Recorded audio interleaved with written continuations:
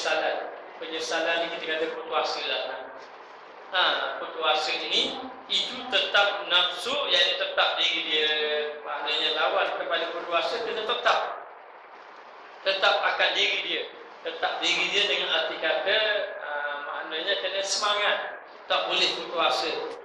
Kena bangkit balik di atas kelemahan dia. Baik, kita ini sebenarnya memang banyak dosa, kesalahan kita banyak di sisi Allah, banyak adab kita. Kita ini ada orang yang tinggal ibadat terus buat maksiat satu.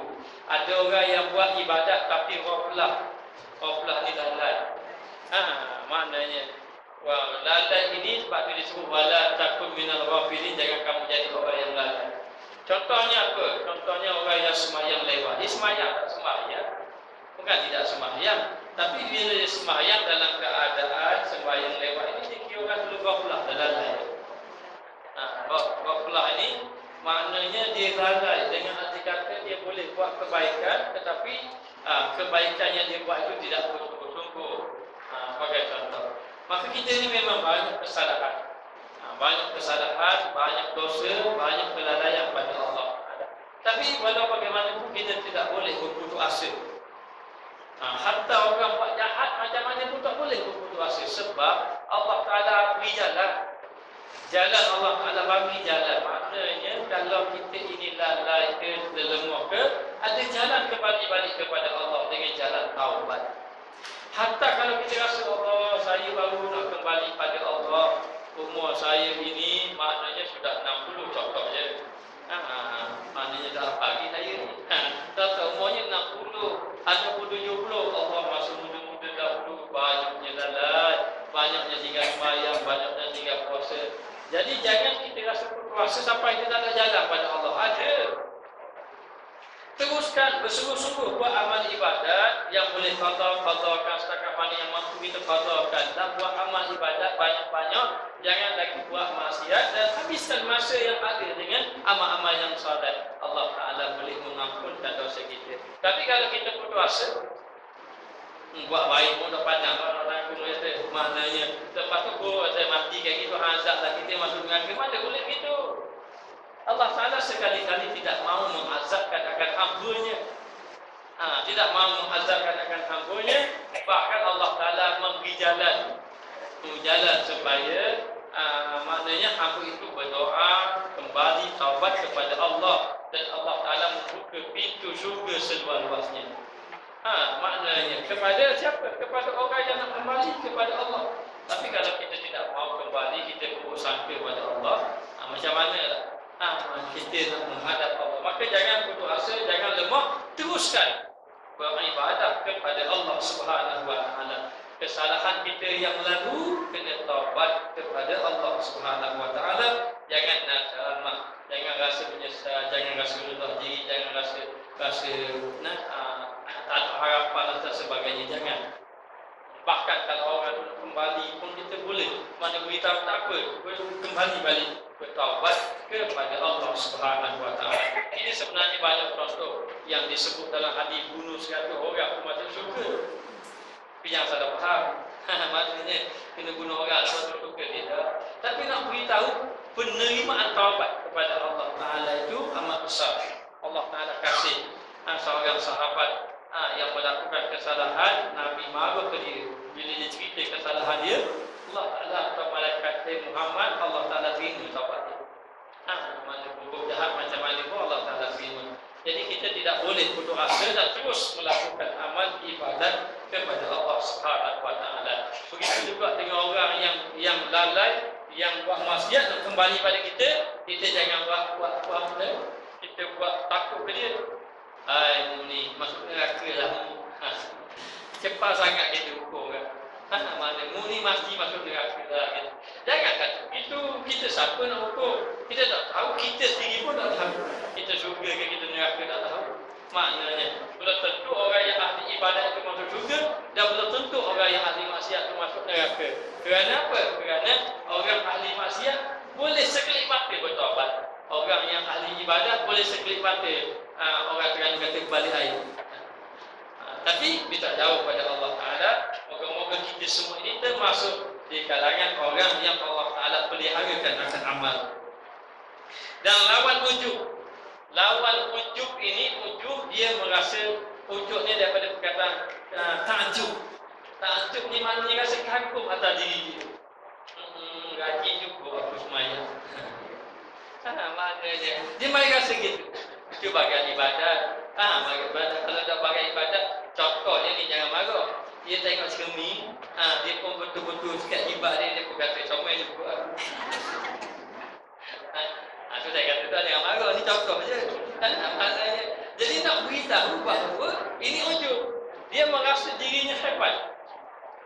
Dirinya hebat maknanya. Maka benda ini, ujub ini berlaku dengan sebab kelebihan yang Allah Ta'ala beri pada seseorang. Sama ada diberi itu dengan sebab ilmu, dengan sebab ilmu dia pun baca kitab kitab ni payah ni aku boleh baca kok. Rasa ada ustaz lain alam kata. Jadi itu ujub. Boleh merosakkan amal maknanya. Orang yang sembahyang begitu juga. Dia sudah puasa sunat lama dah. Baru 2 bulan tapi rasa macam 2 tahun. Baru 2 bulan puasa Isnin Khamis, lalu dia kata Allah, maknanya rajin juga aku puasa sunat.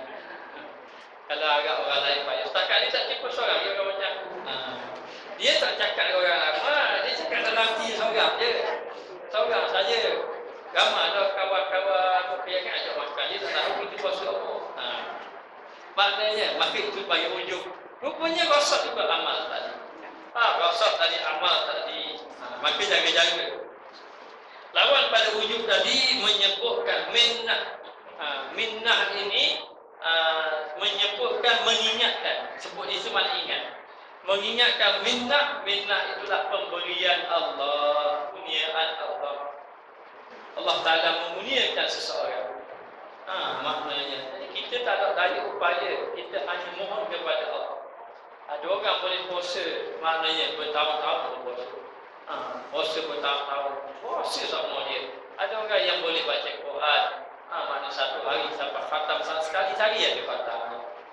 Seminggu sekali khatam, maknanya Allah Ta'ala panjangkan masa. Jadi mudah dia. Kita baca juga, semuka yang ngantuk lah.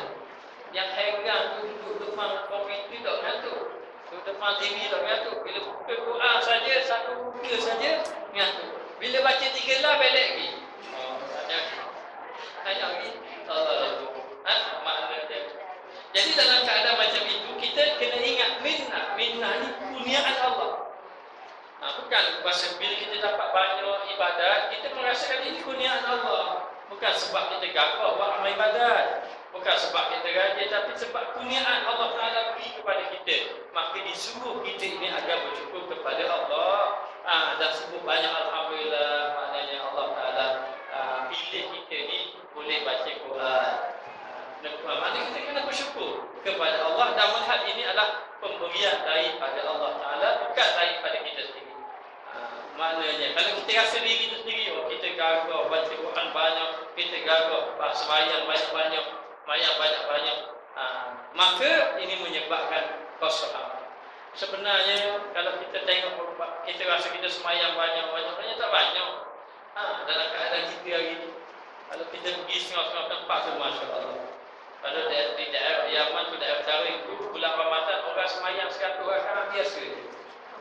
Malam-malam apa pagi itu pun malu nak kampung maknanya. Berapa 100 tu tak boleh bangga, sebab orang lain 100 bangga. Kita 20 pun bulan Ramadan ni terawih tak tinggal sehari pun. Maknanya terawih tak tinggal sehari pun. Tanduklah maknanya 20 rakaat tu penuh. Satu Ramadan sampai akhir Ramadan. Habis kan tak bangga. Maknanya padahal tak pun, tak ada apa-apa pun sebenarnya kita kena ingat itu Allah Ta'ala beri kepada kita pilihan.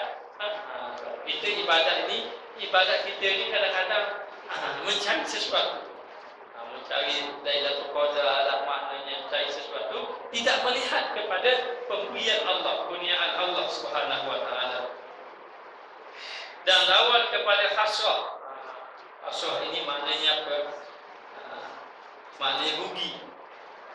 Itu rugi, maknanya lawan kepada kerugian. Habis masa begitu-gitu dengan menawan kebajikan, dengan melakukan kebaikan.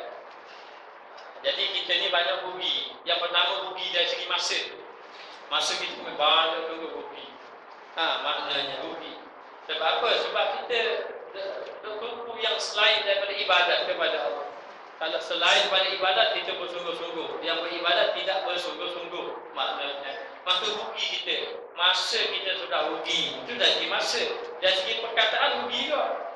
Mana kita duduk 3-4 jam cakap tak ada manfaat ke agama. Itu rugi sebenarnya. Banyak percakapan kita sebenarnya rugi. Ada kisah wanita yang solat dia tidak bercakap kecuali baca Quran saja. Maknanya bila orang tanya dia jawab dengan ayat Quran. Tanya jawab dengan ayat Quran. Jawab dengan Quran. Maknanya rupanya dia amal macam itu bertahun-tahun dah. Maknanya begitu. Kerana tidak mahu rugi dalam percakapan dia. Sebab itu Nabi SAW bersabda, apa tak ingat lah. Nabi bersabda, mengatakan bahawa min husni islami mar'i tawquhu ma la ya'ni. Daripada keelokan orang yang beriman kepada Allah Ta'ala itu adalah seseorang itu dapat meninggalkan perkara yang tidak memberi manfaat. Kita bagi yang duduk depan TV lah mana? Kalau duduk depan TV Al-Kuliah tu dia tahan lagi. Mana kalau duduk depan TV tu tanyalah ustaz dia tahan lagi. Kalau duduk depan TV tu apa ni Al-Halaqah ilmu tradisi ilmu dah apa. Maknanya itu boleh tahan lagi. Tapi rugi masa. Rugi masa dengan benda-benda yang melalaikan. Banyak masa yang kita boleh buat amal ibadat kepada Allah Ta'ala. Maka kerugian inilah lawan dia adalah dengan menawan kebajikan yang melakukan kebaikan. Habiskan masa dengan kebaikan kepada Allah. Jadi nak buat itu, nak jadikan semua itu kebaikan, mesti kena banyak niat. Hatta makan pun niat untuk tubuh sehat, amal ibadat nak buat. Mana nak buat amal ibadat. Maka demikian bayangkanlah Imam Malik setiap kali dia pergi ke tanda, dia akan istighfar kepada Allah, bertaubat kepada Allah. Kerana rugi kot masa dia. Dia rasa pergi ke tanda tu rugi. Sepatutnya masanya pergi amal ibadat kepada Allah Ta'ala. Sampai begitu sekali. Sampai begitu sekali maknanya menjaga masa begitunya, sehingga kan dikatakan bahawa dihabiskan masanya dengan ilmu, dihabiskan masanya dengan amal ibadat kepada Allah Subhanahu Wa Taala. Jadi cukuplah kita selama ni sebenarnya kita ni memang banyak lalai, banyak rugi, banyak masa kita sia-sia gitu saja. Padahal kita ni semakin hari semakin dekat dengan Allah. Semakin hari semakin dekat dengan Allah, dan masa ini dia tidak akan kembali. Sebab tu ulama kata masa ni ada 3 je. Masa kemarin, masa yang sekarang, masa esok. Ada lagi dikecekkan lagi, masa ni ada 3 jam je. 1 jam yang lepas, 1 jam sekarang, 1 jam akan datang. Ada kata masa itu 1 minit tadi, 1 minit sekarang, 1 minit ke depan. Ada kata masa itu senafas saja. Nafas yang telah dimulut, nafas sekarang, nafas akan datang. Maknanya masa kita ni semakin singkat. Maknanya akhirnya tinggal beberapa minggu, tinggal beberapa bulan, beberapa jam, beberapa saat, lepas tu kembali kepada Allah. Dalam keadaan tidak ada amal, maka rugilah kita. Kalau orang bawa amal yang banyak, maka untunglah dia. Maka sebaik-baik orang ini masanya panjang, umurnya panjang, tapi kebaikan banyak. Sebab tu Nabi suka orang-orang muda tapi berperangai umpama orang tua. Sebab kalau banding orang muda dengan orang tua dia banyak pergi masjid, belajar agama dan sebagainya. Maka Nabi suka orang muda lagi tapi seperti orang tua. Dan Nabi tak suka orang tua macam orang muda. Mengerti lagi. Maknanya umur berapa 70 baru. Tapi memang mengerti lagi, memang muda lagi. Rugi masa kita. Sedangkan kita ini sebenarnya ada penghujung hidup kita ni. Jangan kata tak ada penghujung. Dan kita sudah banyak dah kita tinggal zaman bayi tinggal dah. Dah jadi bayi muda. Maknanya zaman anak-anak remaja, kanak-kanak tinggal dah. Zaman remaja tinggal dah. Zaman dewasa je tinggal. Maknanya. Jadi dalam keadaan macam itu, kita bermakna semakin hari semakin dekat, dan semakin hari semakin kita ini perlu menambahkan amal ibadat kita kepada Allah. Maka dikatakan di sini dan lawan dengan tahawun. Tahawun ni maknanya meremeh-remehkan, maknanya meredah-redahkan kebaikan dengan membesar-besarkan taufik. Taufik ni dengan arti kata pertolongan Allah. Kita ni kadang-kadang gitulah. Kalau sunat, kita kata sunat je. Sunat saja dia kata tak apalah. Maka kita buat benda-benda. Kita kadang-kadang setengah ni sampai buat main-main kepada amal ibadat. Amal ibadat jangan dipermain-mainkan. Sebab tu kita ni kalau ada peluang ibadat tu buat amal ibadat, jangan tangguh-tangguh. Orang yang ada harta jangan tangguh-tangguh pergi ke Mekah. Kerana Allah Ta'ala tidak memandang ibadat orang yang mampu pergi ke Mekah tapi tidak pergi ke Mekah. Lepas tu dia kata gitulah, sampai masa kita pergi lah, tak sampai 10 lagi, macam-macam. Maknanya takkan dia tidak berusaha untuk menunaikan amal ibadat kepada Allah Subhanahu Wa Ta'ala. Jadi amal ibadat jangan kita gentar-gentarkan, walau amal ibadat itu sekecil-kecil nampak. Hanya buang duri di tengah jalan. Nampak kecil saja, tapi itu adalah boleh jadi amal yang besar. Walaupun dia buang duri di tengah jalan, tapi dia dapat menyelamatkan ramai orang. Maknanya, maka kita tidak boleh meremeh-remehkan akan amal ibadat kepada Allah. Maka gitu jugalah kalau kita nak belajar. Tak apalah, nanti ada masa tinggi belajar lah. Allah sibuk lah, kata pergi. Itu tak apa. Tak apa, ada masa. Benda ini sangat penting. Ibadat ini sangat penting.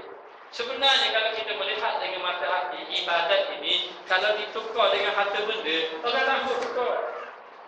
Maknanya dengan harta benda tidak mahu. Bahkan sahabat bila dia ni tertinggal saja ibadatnya kurang disebabkan lalai harta benda. Harta bendanya akan diimpak fisabilillah. Dia tidak mahu harta benda ni mengganggu dia. Maka dikatakan bahawa seseorang itu kena mengambil berat akan amal ibadat walau sekecil-kecilnya. Tapi kita tak bolehlah buat remeh-remeh saja. Dengar tu bisi-bisi gitu, biar mudah. Maknanya lepas tu ada masa, bukan tak ada masa. Ada masa tapi macam-macam. Dari lain kali boleh pergi tak apa. Baklet ni ada potongan harga ni, dia punya apa dia panggil diskaun. Dia punya diskaun minggu ni hari ni lah. Hari ni lah. Minggu depan boleh pergi pula. Jangan. Maknanya kadang-kadang kita ni tidak mengutamakan ibadat. Sampai terawih pun tinggal. Terawih pun tinggal. Yang awal-awal bulan Ramadan memang penuh, akhir-akhir tu kurang. Sebab apa dia potong di pasar? Potongan harga, potongan berapa batunan. Ini contoh je orang batunan yang marah. Jadi nak beritahu. Dan juga dikata tahawun.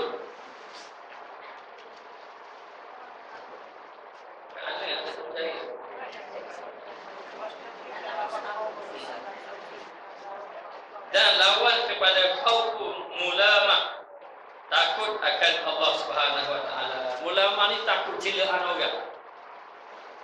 Takut orang cela.